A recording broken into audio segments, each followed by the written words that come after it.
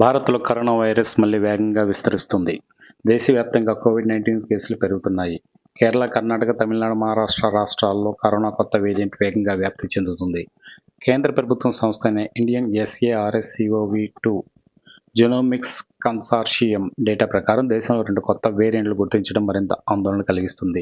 NBI-81 LFT అనే వేరియంట్లను ఇటీవల భారత్లో కనుగొన్నారు. NBI-81 కోవిడ్ వైరస్ 1 ఏప్రిల్లో తమిళనాడులో నమోదైంది. మే నెలలో 4 LFT కేసులు గుర్తించారు. ప్రపంచ ఆరోగ్య సంస్థ ఈ 2 సబ్ వేరియంట్లను వేరియంట్స్ అండర్ మానిటరింగ్గా వర్గీకరించింది.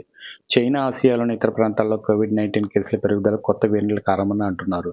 దేశంలో కేరళ రాష్ట్రంలో ఎక్కువ కోవిడ్ కేసులు నమోదవుతున్నాయి. మేలో 278 యాక్టివ్ కేసులు వచ్చాయి. తమిళనాడు, మహారాష్ట్రలో కూడా కేసులు పెరిగాయి.